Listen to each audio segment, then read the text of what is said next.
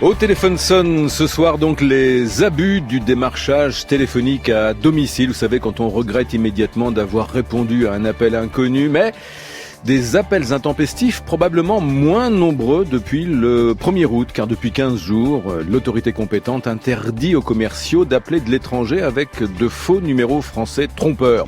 Alors que dit la loi en préparation au Parlement pour mieux protéger les particuliers? Une loi donc pour encadrer encore plus sévèrement ce fichu démarchage téléphonique. Allô? Bonsoir monsieur, est-ce que je pourrais parler à monsieur Chabumi, s'il vous plaît? C'est vous-même? Oh, bonsoir monsieur Chabumi. Je me présente, je m'appelle Eric Cahuc et je représente les magasins Agri Nature, la nature au service de l'agriculture. Vous connaissez le magasin? Non mais c'est pas pour faire chier que... Non. Non, écoutez, soyez poli, monsieur Chabumi, s'il vous plaît. Ne soyez pas grossier, monsieur Chabumi. Dis donc! Voilà, ça ressemble à du vécu, cet extrait d'un sketch d'Eric Cahuc. Alors certes, il y a le système Blocktel, comme son nom l'indique, mais apparemment Blocktel a montré ses limites. Et ce soir donc, c'est vous qui nous appelez au téléphone.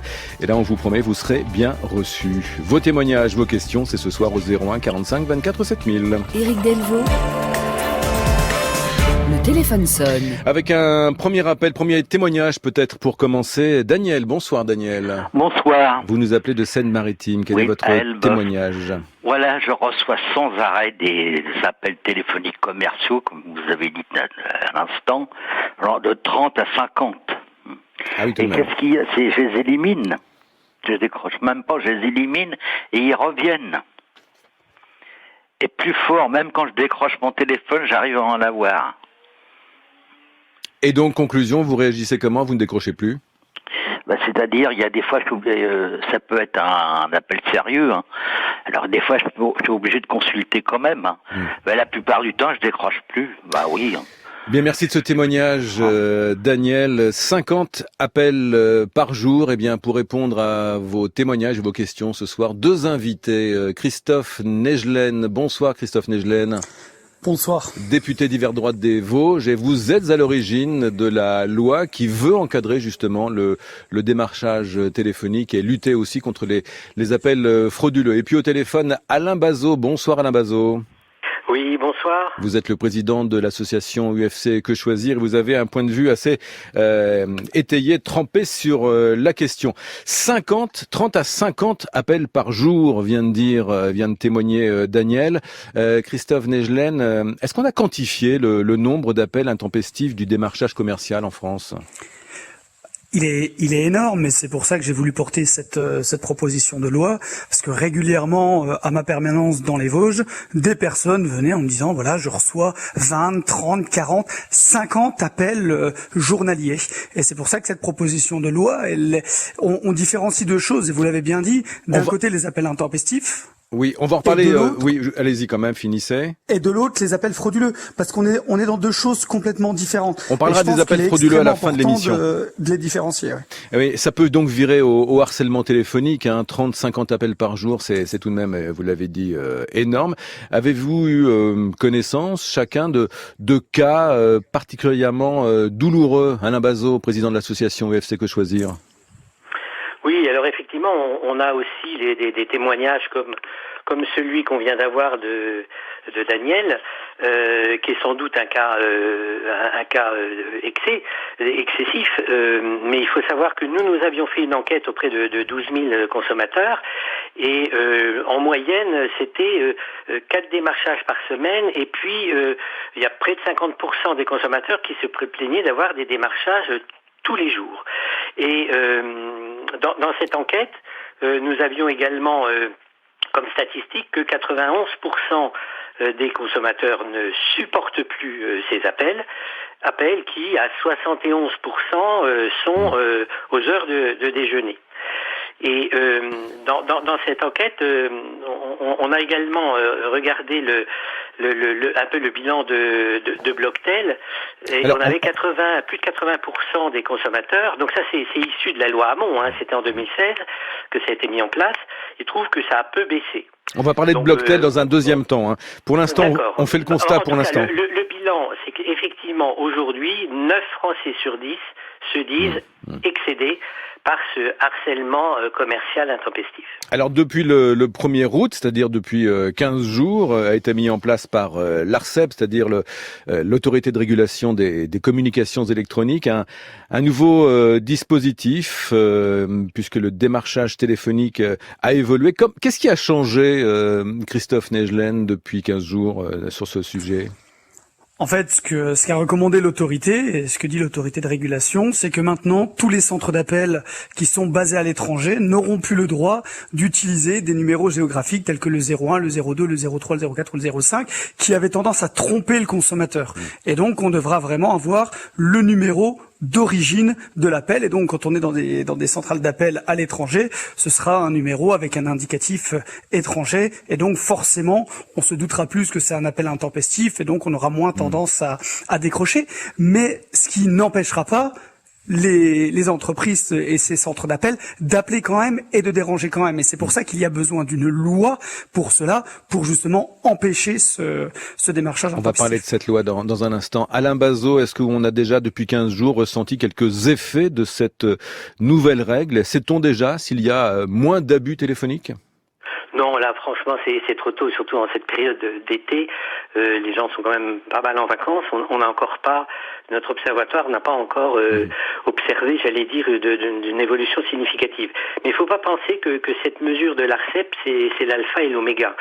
Et ce que disait Monsieur le député à l'instant, c'est assez étonnant parce que il saluait la mesure en disant que ça évite aux consommateurs d'être trompés, c'est-à-dire ils décrochent. Et là, ils ne décrochent pas parce que ils ne vont pas décrocher en ayant de façon inattendue une plateforme qui vient de l'étranger. Mais précisément, le consommateur, on l'a vu tout à l'heure avec Daniel, on ne sait pas quand on a un appel téléphonique si c'est un proche, si c'est quelque chose d'important, on a un stress et on ne sait pas si ça va être du démarchage téléphonique. Alors je me demande, c'est une question toute simple, pourquoi ne pas avoir mis en place, ça fait partie d'une demande des associations de consommateurs, un indicatif spécifique quand c'est du démarchage téléphonique.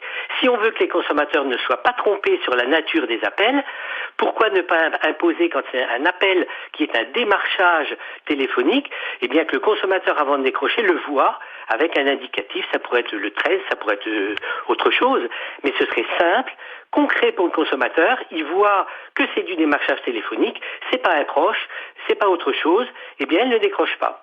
Pourquoi cette information simple, basique, n'est pas donnée au consommateur pour l'éclairer sur la nature de l'appel, indépendamment de savoir si ça vient de l'étranger ou si ça vient d'en France. On va poser la question. Aussi du démarchage intempestif, et notamment, on le verra après, c'est la niche des arnaques à la sur le plan téléphonique. Ce sont des sociétés souvent éphémères et qui sont en France. On va poser la question au député Negelen. Est-ce que c'est un amendement qui est passé déjà au Parlement, cet indicatif qui permettrait d'identifier un 00, pourquoi pas, un indicatif qui permettrait d'identifier que c'est bien un appel commercial qui nous renseigne? Non, et pour plusieurs raisons. La première est que dans les entreprises qui font du démarchage, on a aussi des TPE, on a aussi des PME. Alors certes, on a des grands groupes, des grandes entreprises qui passent par des centrales d'appel, et quand c'est en provenance de centrales d'appel, là oui, pourquoi pas, on pourrait mettre un indicatif spécifique, mais toutes les petites TPE, toutes les petites PME, ce serait impossible à mettre en place. Donc à un moment donné, j'entends vraiment la problématique, et c'est pour ça que je m'en suis saisi. Néanmoins, il faut faire preuve de pragmatisme et être réaliste aussi sur le sujet, mettre un indicatif spécifique pour le démarchage et qu'on soit une entreprise de 4-5 salariés, et il y en a dans les nombreuses auditions qu'on a eues, on a bien vu qu'il y a des entreprises par exemple qui commercialisent du miel, un apiculteur qui oui a tendance aussi lui à démarcher des clients comme des groupes, des multinationales, et donc à un moment donné on peut pas tous les mettre au même niveau. Le téléphone sonne ce soir sur France Inter avec un nouvel appel 01 45 24 7000 avec Michel. Bonsoir Michel. Bonsoir. Vous nous appelez je suis excédé par les démarches téléphoniques. Depuis 2 mois, je suis sur liste rouge après avoir changé mon numéro de ligne fixe. Voici ma question.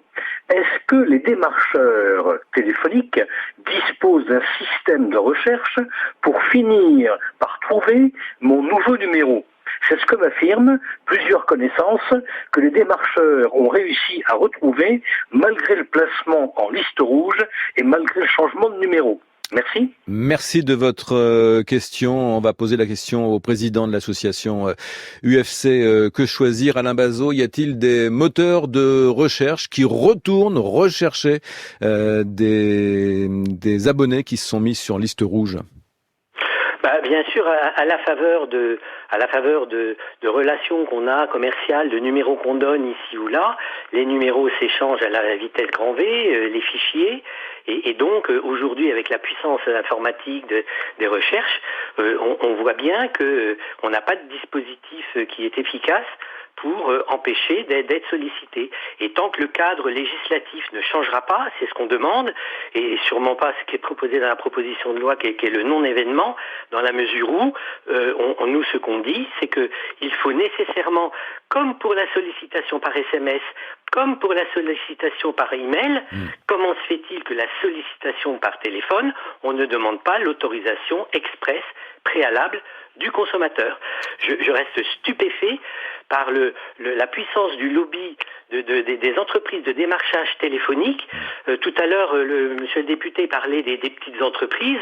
Alors là, je trouve que c'est l'argument qui est complètement mauvais, dans la mesure où le coût des appels téléphoniques, en termes de mobilisation de salariés, est infiniment plus coûteux pour une petite entreprise que d'envoyer des SMS ou d'envoyer des mails, des mailings où ça coûte infiniment moins cher. Donc l'argument que ça aide les PME, il est faux, parce que les grandes prospections massives, ce sont des grandes plateformes, ce sont les grands opérateurs. Quand on a fait une enquête sur quels étaient les grands secteurs qui dérangent les consommateurs, c'est pas les quelques PME. Massivement, c'est des secteurs comme la rénovation énergétique, comme l'assurance, comme l'énergie, et ce sont que des grands opérateurs, c'est sûrement pas des petites entreprises. 01 45 24 7000 avec Jean-Pierre qui nous appelle de Besançon. Bonsoir Jean-Pierre. Bonsoir. Bon, je suis comme les gens qui ont appelé avant moi, et je viens d'écouter le monsieur, c'était le monsieur de l'UFC, je crois, qui parlait. Et c'est vrai qu'on a aussi beaucoup de mails qui arrivent de façon intempestive. Mais bon, ça c'est moins agaçant. Le téléphone, c'est vraiment exaspérant. Et il y a beaucoup de 09. Moi maintenant je ne réponds plus. Quand c'est quelqu'un qui n'est pas sur mon répertoire, je réponds plus parce que j'en peux plus. Et comme je disais à votre collaborateur, depuis quelques semaines, c'est la grosse mode du conseiller régional ou du conseiller général qui vous appelle pour faire isoler votre maison à 1 €. Et ça c'est une grosse arnaque parce que j'ai appelé et le conseil général et le conseil départemental, c'est pas eux qui font ça. Alors ça fait partie des fraudes et des escrocs, on va en parler en fin d'émission. Voilà. Et alors en plus c'est un disque, donc on peut même pas les fouler en engueulant les gens, quoi, vous voyez. Ouais. C'est un disque, c'est un truc, et je suis sur Blocktel depuis 3 ans, et je suis sur liste rouge, et c'est exaspérant, ça devient c'est insupportable. Merci de ce témoignage, merci Jean-Pierre. Vous êtes donc inscrit sur la liste d'opposition Blocktel pour les particuliers qui en ont ras le combiné. Christophe Negelen, député d'hiver droite des Vosges, avant de voir si le dispositif est efficace, expliquez-nous d'abord concrètement comment on s'inscrit, comment ça marche Blocktel. En fait, Blocktel, c'est une délégation de service public, une entreprise qui veut faire du démarchage, soit directement, soit en faisant appel à un centre d'appel, envoie son fichier, donc le fichier de numéro qui veut appeler. Blocktel l'analyse, retire tous les numéros de personnes qui se sont inscrites sur Blocktel, et après renvoie le fichier ou au centre d'appel ou à l'entreprise. Et donc le fichier en soit blocktelisé, et toutes les personnes qui sont inscrites sur le dispositif, leurs numéros ne sont pas dedans. Et c'est pour ça que je vais revenir sur ce que disait le président de l'UFC Que Choisir. D'ailleurs, je regrette parce que j'ai rencontré un certain nombre de ses collègues de l'UFC, mais pas lui. Et c'est vrai qu'ils sont un peu dans le rôle, c'est-à-dire à un moment donné, on est dans une position qui est une position démagogique et qui ne tient pas compte de la réalité des choses. C'est-à-dire que demain, si on veut demander un engagement préalable, qu'est-ce qui va se passer? Eh bien, les entreprises qui le font de manière illégale, que ce soit en France ou à l'étranger, elles continueront à le faire. elles continueront à embêter nos concitoyens. Par contre, les 56 000 emplois directs et les 250 000 emplois indirects, des entreprises qui font ça de manière légale et de manière correcte, on perd ces emplois-là. Donc à un moment donné, il faut arrêter de vouloir faire uniquement de la démagogie et de raconter n'importe quoi, et il faut faire preuve de pragmatisme, et c'est ce qu'on essaie de faire dans cette proposition de loi. Et d'ailleurs, ces collaborateurs que j'ai eu l'occasion d'auditionner, avec qui j'échange régulièrement, qui travaillent à l'UFC Que Choisir, et qui ont fait partie du Conseil national de la consommation, parce qu'il y a eu un certain nombre de réunions du Conseil national de la consommation, justement pour travailler entre les associations qui représentent les consommateurs, il y avait l'UFC Que Choisir et d'autres, et des entreprises aussi. À un moment donné, on arrivait bien à se rendre compte que non, le fait d'être sur un opt-in, donc à demander déjà l'engagement préalable, l'autorisation préalable, ne marchait pas et n'amenait rien. On va donner la parole à Alain Bazot, le président de l'UFC Que Choisir, pour qu'il puisse vous répondre. Donc, juste pour la clarté et pour les auditeurs, je rappelle que ce dont on parle là serait une liste non plus pour les personnes qui ne souhaitent pas être démarchées, mais une liste au contraire des personnes qui accepteraient d'être appelées, ce que les spécialistes, et vous en avez parlé, appellent le opt-in. Alors votre point de vue, Alain Bazot? Oui, exactement. C'est en fait étendre à cette intrusion massive qu'est le démarchage téléphonique, étendre le système qui existe pour les SMS et pour les mails. C'est-à-dire, je dis avant, expressément, si je vais être démarché ou pas. Je ne peux pas laisser passer ce que dit monsieur le député. Pour quelle raison? Les chiffres sur l'emploi sont complètement fantasmagoriques. On a eu, effectivement, on était au CNC, et c'est l'UFC Que Choisir, Cédric Musso, qui était rapporteur du côté des associations de consommateurs. Donc nous connaissions très bien le dossier. On a eu des chiffres complètement farfelus, de deux fédérations. Une qui nous citait des chiffres qui dataient de 2004, on est quand même en 2019. D'autres qui parlaient de 200 000, d'autres de 50 000, en mélangeant dans les plateformes ceux qui font du démarchage téléphonique de ceux qui font du service après-vente. Donc une espèce de boogie-boulga, en nous disant que l'emploi il est largement à l'extérieur. On est tout content de dire qu'avec la réforme de l'ARCEP, toutes les plateformes qui sont à l'étranger, du coup seront identifiées, ne pourront pas se faire croire qu'elles sont françaises. Donc on nous dit qu'à la fois on est appelé de l'étranger et on nous dit qu'on veut sauver l'emploi en France. Bref, on a de faux arguments pour ne pas mettre fin au malaise que subissent les consommateurs jour après jour. Ce sont, encore une fois, je suis stupéfait que l'intérêt général des consommateurs soit mis à mal par rapport à un lobby. On ne sait même pas combien d'emplois. C'est complètement pas expertisé. Et ce que je voudrais dire, c'est que oui, il y a eu des discussions au Conseil national de la consommation.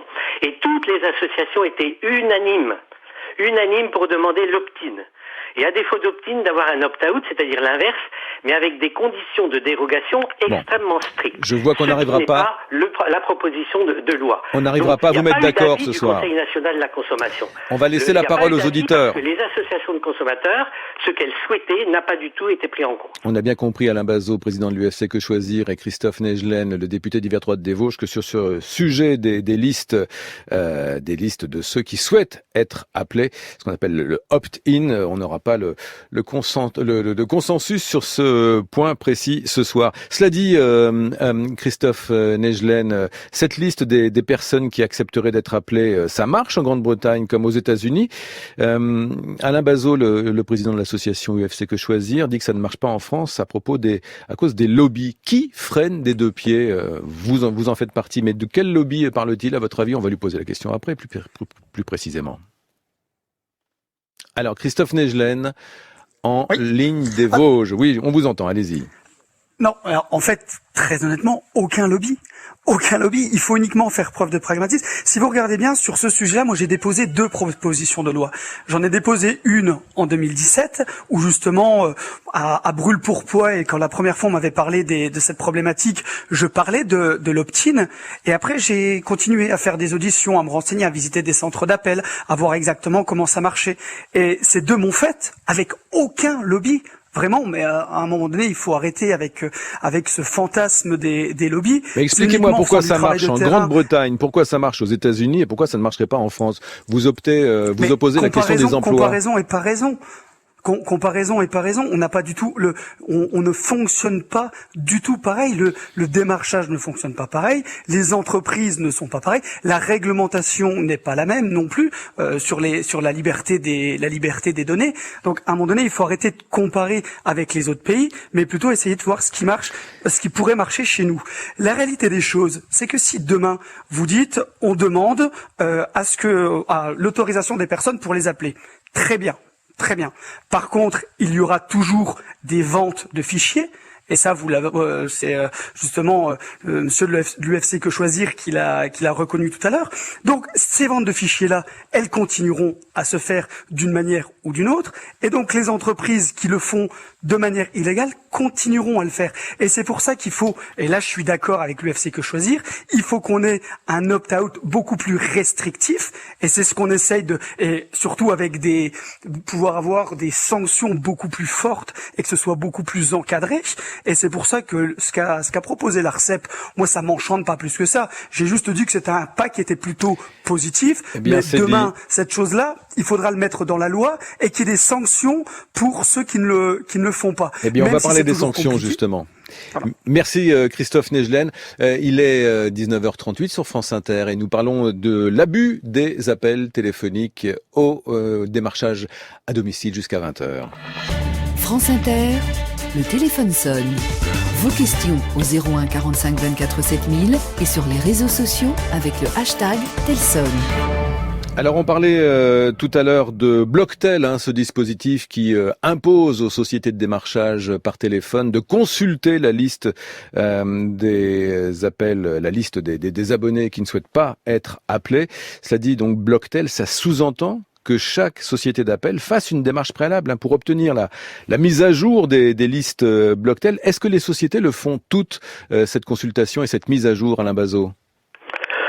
Sans doute pas, puisqu'il y avait eu des centaines de milliers de plaintes de consommateurs qui n'ont jamais été traitées, puisque évidemment même la DGCCRF, l'autorité qui doit faire respecter les règles de droit de la consommation, n'a pas les moyens de surveiller tout et de mener des mesures d'investigation et de prononcer des sanctions.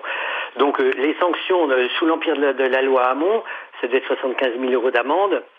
N'est pas dissuasif, donc cet aspect-là, je crois qu'il est renforcé dans la proposition de loi, mais la vraie difficulté, elle est pas dans les sanctions que dans qu'est-ce qui est permis et pas permis pour les entreprises. Parce que aujourd'hui, on sait que si on s'inscrit normalement sur Blocktel, on peut plus être démarché, sauf si on est en relation contractuelle avec l'entreprise. Et j'aimerais savoir, et ça, il y a un flou là-dessus pour savoir qui finalement a le droit de me démarcher. Il y a un flou considérable, quelque chose qui n'était pas très clair dans la loi Hamon, qui dans la pratique c'est considérablement ouvert, c'est des relations contractuelles, est-ce que c'est passé, etc., avec les filiales, etc., et le fait que je change par exemple souvent d'opérateur de fournisseur d'électricité ou de FAI ou d'autres, fait que j'ai eu un jour une relation contractuelle et ça va autoriser à ce que je sois démarché. Donc en clair, ce que je veux dire, c'est que le système proposé par Hamon et qui n'est pas corrigé par la proposition de loi, c'est que si je m'inscris sur Blocktel, je ne suis plus démarché, sauf exception. Et j'aimerais bien que le député s'explique sur les exceptions.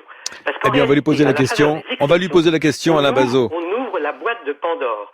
Et c'est là que se niche le vice de la proposition de loi qui n'améliore pas les choses pour les consommateurs. Alors Christophe Nejlen, député d'Hiver Droite des Vosges et qui est à l'origine de la loi qui veut encadrer le démarchage téléphonique. Deux questions en une. D'abord, est-ce qu'il y a beaucoup de sociétés qui ne respectent pas sciemment le dispositif Blocktel? Et puis dans un deuxième aspect, vous répondrez à la question d'Alain Bazot. Christophe Nejlen. En fait, la première question est la question essentielle, dans le sens où aujourd'hui, il y a uniquement entre 850 et 1000 entreprises qui utilisent Blocktel, qui blocktelisent leurs fichiers. Et c'est là où on a une vraie problématique. Pour plusieurs raisons. Certaines entreprises nous disent « Ah bah oui, mais s'inscrire sur Blocktel, c'est cher. » Donc, il y a cet aspect un peu dissuasif parce que c'est trop cher de le faire. Il y en a d'autres qui nous disent « Ah bah, au vu des sanctions, bah voilà, on ne prend pas grand risque à ne pas le faire au vu du coût. » Donc ça, sur ce sujet-là, on doit impérativement travailler et dire une entreprise qui fait du démarchage téléphonique, elle doit obligatoirement bloquer ces fichiers. Ça doit être une obligation claire et nette. L'amende n'est pas dissuasive aujourd'hui. L'amende n'est pas dissuasive. L'amende peut aller jusqu'à 75 000 euros. On l'amende jusqu'à 360. Dans le cadre de cette nouvelle proposition de loi, elle monterait à combien? 375 000 euros. La question d'Alain Bazot ensuite, c'est de savoir quelles entreprises précisément ont le droit de faire du démarchage téléphonique à domicile.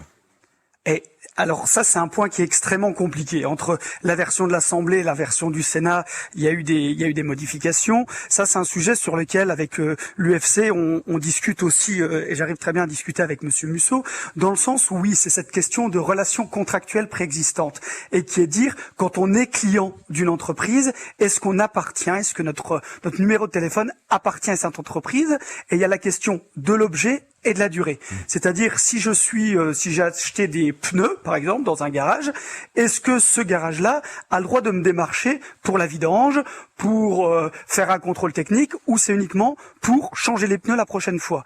Et pareil, est-ce que si c'est dans le cas d'une filiale, je suis client d'une des filiales, est-ce que les autres filiales ont le droit ou pas de me démarcher? Et est-ce que la proposition de loi va clarifier tout ça en 2020? En tout cas, j'ai fait une proposition en demandant à ce que ce soit limité dans le temps. Clairement, donc c'est-à-dire que 6 mois après la fin de la relation contractuelle préexistante, donc 6 mois après la signature du contrat, on ne puisse plus démarcher la personne. Pourquoi? Parce que c'est... Merci Christophe Desgènes, parce qu'on est obligé de faire un peu rythmé aussi pour laisser la parole aux auditeurs. Et puis il y a Alain Bazot, le président de l'association UFC Que Choisir, qui veut vous répondre précisément sur cet aspect du dossier. Oui, c'est le cœur névralgique du sujet. C'est vrai qu'il y a des discussions avec nous, mais on n'obtient pas gain de cause pour une clarification. La loi Hamon avait un élément qui n'était pas clair sur la relation contractuelle préexistante, et là, la proposition de loi ne met pas fin à ce flou artistique sur les possibilités ou non de démarcher le consommateur qui a déjà été en contact avant avec le professionnel ou avec une de ses filiales. Et là se niche l'inefficacité annoncée du nouveau dispositif, qui ne va pas être nouveau, qui va entériner des pratiques antérieures. Donc c'est plus un recul qu'une avancée. Et ça, on en a absolument la certitude. Et dans la mesure où la frontière est floue sur ce que peut faire le professionnel, s'il ne peut pas faire, avec des choses, le député l'a dit lui-même, c'est horriblement compliqué. Si c'est compliqué, c'est il le veut bien, alors qu'on peut faire des choses simples, sans être démagogique. Et du coup, vous voyez bien que quand il y a des problèmes de frontières, vous avez beau mettre des belles sanctions, si la frontière n'est pas délimitée, la sanction ne tombera pas. Parce qu'en matière pénale, il faut une interprétation stricte. Et donc, si on n'est vraiment pas dans les clous, là, il y a sanction. Si on n'en est pas sûr, il n'y aura jamais de sanction. Merci Alain Bazot. C'est tellement compliqué que je vois pas comment... Et quand c'est flou, c'est qu'il y a un loup. Merci. Va faire des contrôles pour vérifier que les entreprises sont dans les clous ou pas dans les clous. Alain Bazot et Christophe Desgènes. Je vais vous demander de faire des réponses un peu plus courtes pour qu'on puisse donner la parole aux auditeurs. J'ai un mail d'Annick d'Aix-la-Chapelle qui parle des exemples à l'étranger. Elle cite le cas de l'Allemagne où le démarchage téléphonique, dit-elle, est tout simplement interdit et ça marche. Est-ce que c'est la réalité, Christophe Desgènes? En Allemagne, le démarchage téléphonique est tout simplement interdit? Alors en Allemagne et dans certains autres pays, notamment dans le Nord, je crois que c'est au Danemark aussi. Donc oui, en effet, il y a certains pays étrangers, mais encore une fois, et c'était votre question de tout à l'heure, il faut pas comparer ce qui n'est pas comparable. Je vais juste revenir très rapidement sur la relation contractuelle préexistante. Je pense que ça devient technique pour l'auditeur en même temps. Je pense que vous faites un débat de technicien en ce moment. Non, mais un point très simple, c'est la minorité des appels intempestifs. Donc cet article-là où on entend l'UFC qui dit ah bah oui mais ça rend inapplicable, ça ne sert à rien, c'est une minorité des appels intempestifs. Donc à un moment donné, je pense pas que c'est ça qui va rendre la loi inapplicable ou inopérante. Allez, 01 45 24 7000 avec une question de Georges qui nous appelle de l'Isère. Bonjour Georges, bonsoir. Bonjour France Inter. Voilà, moi j'ai un autre souci. Je suis hôtelier-restaurateur dans le Vercors et quand je réponds au téléphone, je suis obligé d'être correct, d'être poli, et moi mon rêve, ça serait de pouvoir les envoyer balader. Mais sur 5 coups de téléphone, il y a une publicité, il y a un démarchage, et je peux pas dire vous commencez à me voilà, je suis obligé de Casser dire les pieds. bonjour messieurs dames, Oui. est-ce que c'est pour le restaurant, est-ce que c'est pour l'hôtel? Et j'ai des collègues qui sont plombiers, charcutiers, bouchers, boulangers, ils ont le même problème que moi. Quand on est en plein coup de feu, quand on est en plein travail, quand on est en train d'accueillir des clients, le téléphone sonne, bonjour, c'est pour n'importe quoi, et c'est une catastrophe. Et Nous, ça nous prend vous souhaiteriez quelle solution? Vous inscrire à Blocktel, par exemple? Vous l'avez fait? Je suis déjà inscrit à Blocktel, je suis sur la liste rouge, mais c'est quand même un numéro commercial, c'est ma raison de... C'est un outil de travail, le téléphone. Et j'ai le même problème avec les mails, j'ai le même problème avec plein de choses. Et on a beaucoup de témoignages ce soir qui vont effectivement dans votre sens. Georges, hôtelier, restaurateur dans l'Isère. Christophe Negelen, j'imagine qu'il y a pas mal de réclamations chez Blocktel, puisque notre auditeur est inscrit à Blocktel, il est sur liste rouge. Blocktel qui ne marche pas. Pas mal de réclamations que j'imagine pour non-respect de cette liste rouge. Que deviennent les réclamations chez Blocktel? Est-ce qu'elles sont toutes traitées? Parce qu'il y a du monde. Alors, elles sont traitées, mais encore une fois, la majorité de ces appels-là proviennent d'entreprises qui ne sont pas inscrites sur Blocktel. Donc, on peut montrer Blocktel du doigt, et d'ailleurs, c'est un article de la proposition de loi, j'ai demandé un audit complet de Blocktel, mais néanmoins, c'est toutes des entreprises qui ne s'inscrivent pas sur le dispositif. Donc, à un moment donné, ça passe à travers les mailles du filet. Je le répète, 850 à 1000 entreprises uniquement inscrites sur le dispositif Blocktel. Donc, il faut impérativement qu'on oblige les entreprises à s'inscrire sur le dispositif Blocktel et à sanctionner beaucoup plus fortement celles qui ne le font pas. Et à ce moment-là, on aura des résultats concrets. Allez, parole à l'auditeur ce soir sur France Inter avec Philippe qui nous appelle de Saint-Maur-des-Fossés. Bonsoir Philippe. Bonsoir. Vous aviez une question ou un témoignage? Oui, un témoignage. Ma mère a 86 ans, elle vit seule, elle a une maladie d'Alzheimer et elle subit un démarchage téléphonique insistant de la part d'une opératrice qui, d'une manière fort autoritaire, lui demande d'appeler un numéro en 08 pour un sujet important. Et donc, ce qu'elle fait, si elle manque du discernement nécessaire pour juger effectivement de ça, et donc ça nous a coûté, sur 2 périodes de facturation, plus de 600 €. Oui, effectivement. Donc, j'ai réglé le problème temporairement, dirais-je, en faisant changer le numéro de téléphone. Mais voilà, donc c'est quelque chose d'absolument, des manières absolument répugnantes. D'user comme ça d'une personne en situation de faiblesse, et j'ai donné ces informations à la DGCCRF, à la Direction de protection des personnes. La répression des fraudes. Voilà, la répression des fraudes, qui m'a dit qu'il classait mon dossier sans que je sache très bien ce que ça veut dire. Et voilà, donc je voulais à la fois témoigner et puis peut-être vous demander comment je pouvais intervenir pour récupérer cet argent, si c'est tant... Alors récupérer cet argent, je ne suis pas sûr qu'on puisse vous répondre, mais en tout cas approfondir la question avec le député des Vosges, Christophe Negelen, qui est à l'origine de la loi qui veut encadrer le démarchage téléphonique et aussi lutter contre les appels frauduleux, parce qu'on parle du démarchage commercial abusif, mais on n'a pas encore évoqué l'autre sujet. Ce sont les escrocs qui multiplient les appels à domicile pour vous extorquer de l'argent. Là encore, c'est un phénomène répandu, Christophe Negelen?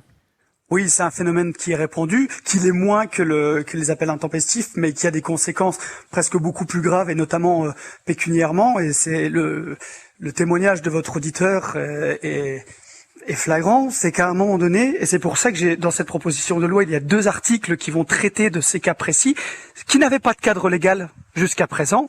Et dans cette proposition de loi, on dit clairement, dès l'instant où il y a un certain nombre de personnes qui font remonter qu'un numéro de téléphone les appelle de manière frauduleuse, l'opérateur pourra couper la ligne. Et le 2e article est dire, dès l'instant où il y a un référé de la DGCCRF, donc comme la personne là qui vient de contacter la DGCCRF, demain l'opérateur sera obligé de couper la ligne du numéro frauduleux. Et à aujourd'hui, il n'y avait pas de cadre légal. Donc là, ça serait une vraie avancée, et même l'UFC Que Choisir, avec qui on avait travaillé dessus, trouvait que c'était pour le coup une bonne chose, parce qu'à l'heure actuelle, il n'y a pas de cadre légal. Alain Bazot, président de l'UFC Que Choisir, faire couper les lignes téléphoniques aux escrocs qui multiplient les arnaques au téléphone. Est-ce que les opérateurs téléphoniques vous semblent coopératifs pour aller dans cette voie? Écoutez, là, je ne sais pas, il faudrait les interroger, savoir dans quelles dispositions ils seront. C'est sûr que si on renforce les sanctions, cette partie de la loi peut être intéressante. Cela dit, je voudrais rappeler que précisément l'enjeu du démarchage téléphonique, c'est que effectivement, il est le cheval de Troie à un certain nombre d'arnaques et de litiges. Il faut savoir qu'on a une augmentation exponentielle des litiges qui viennent du démarchage téléphonique. Donc c'est vraiment la voie royale pour avoir des litiges, et pas forcément des arnaques d'ailleurs, mais des problèmes d'exécution, mauvaise exécution, des entreprises qui vont mettre la clé sous la porte, donc c'est pas forcément de l'arnaque au sens où on l'entend au sens propre du terme, mais des entreprises qui ne respectent pas leurs obligations suite à des souscriptions de contrats comme ça par téléphone. Et on se rend compte qu'il y a une corrélation extrêmement forte entre les entreprises qui font du démarchage et les litiges qui sont dans nos 150 points de permanence. On gère à peu près 100 000 litiges avec nos associations locales. Donc on a une corrélation extrêmement forte. Et les secteurs qui sont les plus pourvoyeurs de litiges avec les consommateurs, ce sont les secteurs qui démarchent le plus. Donc c'est pour ça qu'en réglant le problème du démarchage intempestif, on règle du même coup non seulement l'enjeu de la tranquillité des gens qui n'en peuvent plus, et ça, il faudra peut-être quand même que la représentation nationale entende un jour les consommateurs et les citoyens, mais ça règle en même temps le problème des litiges, voire des arnaques qui se font par ce démarchage. Vous en appelez à la représentation nationale, justement. Christophe Negelen, député d'Hiver Droite des Vosges, votre point de vue là-dessus?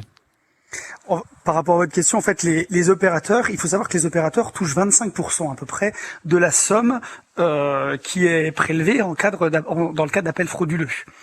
Et c'est pour ça que quand vous dites les opérateurs sont-ils prêts à jouer le jeu, les quatre gros, on va dire oui, parce que ça a un impact notamment que dans cette proposition de loi, on va mettre des listes naming and shaming, donc c'est-à-dire nommer les personnes clairement celles qui ne respectent pas la loi de telle manière à faire entre guillemets de la mauvaise pub.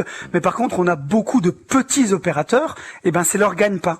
C'est une partie de leur gagne-pain, et c'est pour ça qu'il faudra être très strict, et tous les opérateurs qui ne respecteront pas, qui ne couperont pas les numéros dès l'instant où la DGCCRF leur aura signalé, encourront des pénalités qui seront plutôt très fortes. 01 45 24 7000 avec un appel d'Agnès. Bonsoir Agnès. Bonsoir. Quelle est votre question ou témoignage? Alors, mon témoignage, c'est qu'en ce moment, on est harcelé pour l'isolation des maisons à 1 euro. Ça peut être 5 ou 6 fois par jour, et c'était un message enregistré, donc on n'a même pas le plaisir d'avoir quelqu'un de vivant. Et ce que je ne comprends pas, c'est que cette isolation à 1 euro, on peut l'avoir grâce à des primes d'État. Donc en fait, c'est l'État qui me harcèle. Donc alors, j'arrive pas à je ne sais pas si c'est l'État qui vous harcèle, mais en tout cas, quelqu'un se fait passer, puisque on a pas mal d'appels également par mail. Marie de Provence qui nous dit que ceci, elle fait le même témoignage que vous en précisant à la fin du message que ceci est un message du ministère de l'Environnement, dit le message enregistré. Christophe Negelen ou Alain Bazot pour commencer. Est-ce que ce sont des messages frauduleux? Alain Bazot. Oui, clairement oui, c'est l'effet d'aubaine. Chaque fois qu'il y a un dispositif fiscal, il y a des margoulins qui s'engouffrent là-dedans en faisant croire qu'avec l'aide fiscale, le retour sur investissement, ça sera tout de suite, que ça va rien coûter, que sera 0 ou 1 euro. Donc ça, c'est assez classique. Dès qu'il y a des mesures incitatives de l'État, il y en a qui surfent sur ça de façon frauduleuse, parce qu'en général, c'est faux, tel que les choses sont présentées, et on fait souscrire de façon dolosive les consommateurs. Donc, c'est pas l'État. L'État, il est responsable d'avoir mis en place un certain nombre de dispositifs, mais la vocation, c'est qu'il ne soit pas détourné. Et quand il y a quelque chose, le fait que ce soit détourné par des escrocs ou des entreprises qui souvent, vous savez, sont éphémères. C'est pas des grandes entreprises qui sont sur la place. Et elles disparaissent aussi vite qu'elles sont nées, j'imagine. La fraude à un dispositif d'État. Alors, pas mal de questions assez précises et des réponses aussi précises, j'espère, de votre part. Par exemple, sur les conditions de travail des téléopérateurs qui appellent et qui se font souvent rembarrer toute la journée. Est-ce qu'ils sont la plupart du temps à l'étranger et combien gagnent-ils? Est-ce qu'on le sait, Alain Bazot de l'UFC Que Choisir? Ah non, je suis désolé, je suis pas un spécialiste des conditions de travail spécialiste des conditions des consommateurs. Alors je pose les traite, mais pas les salariés. Je pose la question à Christophe Negelen, qui a beaucoup étudié ce dossier. Où sont ces plateformes téléphoniques et qui y travaille précisément ?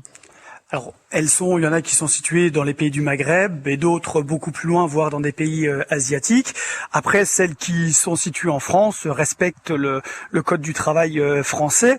Néanmoins, c'est un métier qui n'est pas un métier facile parce que, comme vous dites, il y a d'un côté une pression pour avoir du résultat et de l'autre, on tombe sur des consommateurs qui sont excédés et donc, à juste titre, et donc qui ont tendance à envoyer balader les personnes qui les appellent. Donc, c'est plutôt très compliqué, mais on respecte le droit du travail français. Après, dans les autres pays, forcément, quand vous parlez de pays du Maghreb, le niveau de rémunération est bien moins élevé que ce qu'on peut trouver en France. Pas mal de témoignages également par courriel sur le harcèlement et cette question qui suit.